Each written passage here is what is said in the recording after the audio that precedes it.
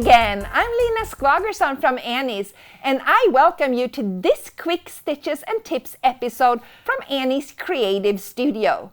Today I'm here to show you one of my favorite tricks that I use when I end up having yarn of mixed dye lots.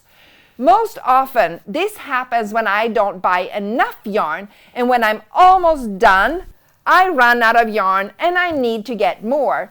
And then usually, of course, the store has a new dye lot in stock and I risk ending up with a stripe across my sweater.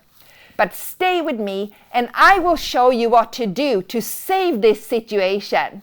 And if you're not a member yet, you can sign up to start watching for free today.